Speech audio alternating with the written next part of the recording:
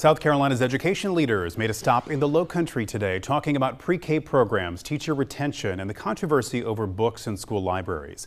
WSAV's Andrew Davis has that story and joins us now from the Lowcountry newsroom. Well, Ellen Weaver just took over in office in January. This is her first big trip visiting districts around the state.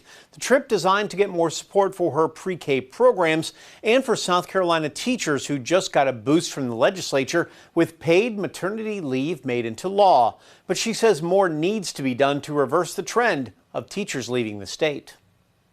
It really comes back to making the profession one that is respected and that people want to go into. That's what State School Superintendent Ellen Weaver had to say about making sure teachers stay in schools. The latest statistics showed there could be 1,200 open positions statewide, a number that's still growing. Beaufort County had educators back, though, raising their pay to the highest in the state. But Weaver says it's about more than just money. And whether it's through social media use, overuse of technology, and so many other just cultural factors, our students are struggling. And so addressing those mental health needs of our students, ensuring that our parents are fully engaged in the education process. Our teachers need to know that our parents and the community have their back. The debate over schools, books, and controversial material continues statewide as well. Beaufort County has created panels made up of citizens and educators to read 97 books and decide which level libraries, if any, they should be placed in.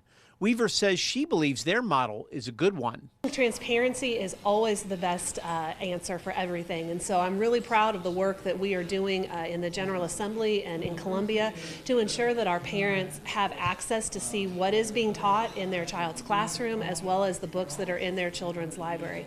And the county is a step ahead of the state's plan, starting a plan of their own this summer, giving parents a form to decide what books, if any, their kids can read and check out. They have the opportunity to completely opt out of all books. They have the opportunity to opt out of certain books. They have the opportunity to review books before their child is allowed to check them out. And so through that process, I think we've tried to manage it in a way that personalizes the library experience for a family and for the students.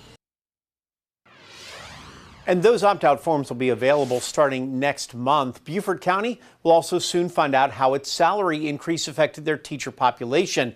We've actually requested the latest numbers of teachers who've resigned their contracts, and we'll have those details very soon to see what happens next year. Andrew Davis, WSCV News 3 on your side.